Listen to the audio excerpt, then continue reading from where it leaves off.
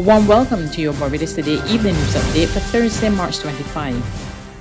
It's back to the classroom for the final term of this school year. Education Minister Cynthia Bradshaw made the announcement this evening at her national press conference. She outlined the categories of students who will return to the classroom from April 20. Those students who must report on Tuesday, the 20th of April, will be all Class 3 and Class 4 primary school students, as well as all 5th and 6th form students. And why? We've determined that the priority for this return to school, this phase return to school, has to be the students who are preparing for examinations. It doesn't mean that the other students don't matter, and I'll come to them in a minute. But it is important that we recognize, especially in relation to students who are preparing for the common entrance, that there are already high levels of anxiety that these children face, and we all know what I'm referring to. It's almost as though the exam determines a student's life, because we are all accustomed to hearing that your school determines what you will be. But the reality is it doesn't. And what has to now be more important than ever is that we have to pause and to recognize that these students need to get back into a face-to-face environment so that our teachers are in a position to be able to assess exactly where they are in terms of the loss of instructional time in the classroom. The other students will attend classes 3 days a week and 2 days online. School will also now run from 9 a.m. to 2 p.m. Minister Bradshaw admitted that there's still fears about returning to classrooms, but teachers and students want to return. Noting that the online environment has been difficult for both teachers and students, she, however, stressed risk must be balanced and assured that every effort is being made to make schools safe. We will have the island constables on the ground to make sure that our students are wearing the masks, and we will do what we have to do to ensure that we protect all and sundry across this country. But what we cannot do is lose any more instructional time in the classroom and to continue to see the increase in the rise in a number of the mental health issues that are confronting our students and confronting our teachers. The time is now, and I hope that I have the support of all of the stakeholders to be able to make this exercise work. Opposition Senator Caswell Franklin today urged government to take serious corrective action at the Government Industrial School on the heels of recent disturbing reports of a ward held in solitary confinement. Speaking on the appropriation bill, Franklin says there are too many negative, worrying reports about the penal facility. I am calling on the government to move the entire leadership of the Government Industrial School and institute an investigation into the abuses that we have there going on. And it isn't only because the last one got a lot of highlight. This is not a one-off situation.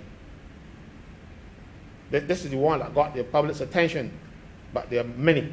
Independent Senator Damian Sands said they called for the Police Complaints Authority to address complaints in a more timely fashion.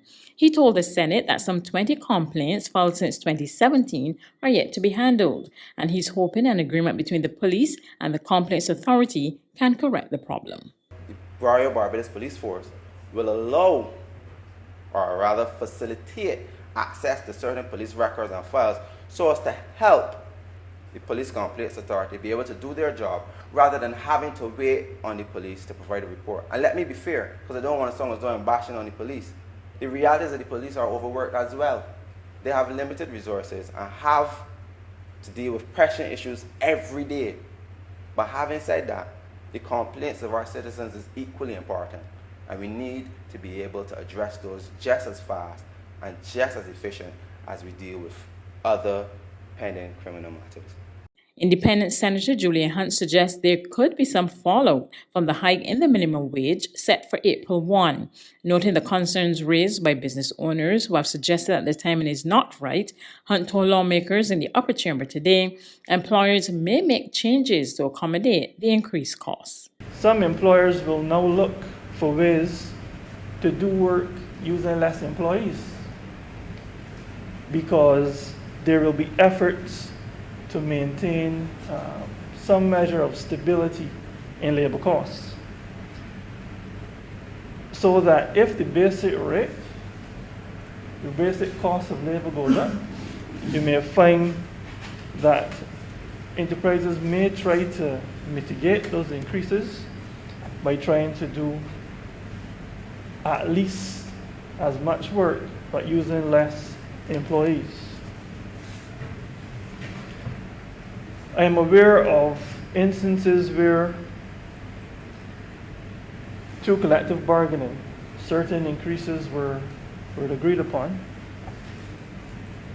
But sometimes, as a negotiator, you have to be keeping in your mind, is what I am asking for going to be sustainable? You may draw on your skills as a negotiator to persuade a company to agree with you. And I've seen sometimes companies agree to things they cannot sustain, which then only resulted not too long after in job losses. You do not need that type of outcome. There's regional and international news after this short break.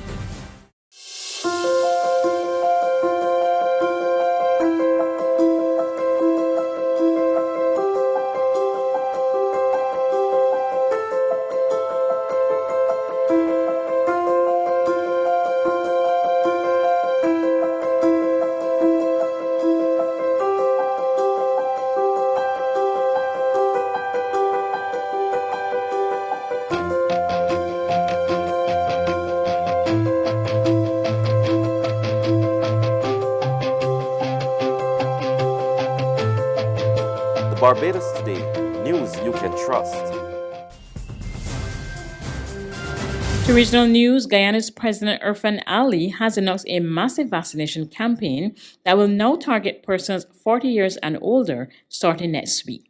More in this report from Newsroom Guyana.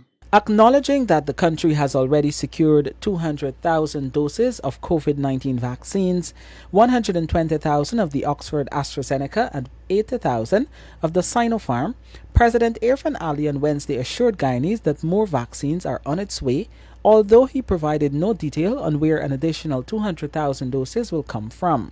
He noted, however, that his administration was in talks with several governments, including Russia, China, and India, and also in direct talks with the producers of the vaccines, including Pfizer and Moderna. Guyana continues to engage the World Health Organization through the COVAX facility, although its proposed doses have been reduced to 24,000.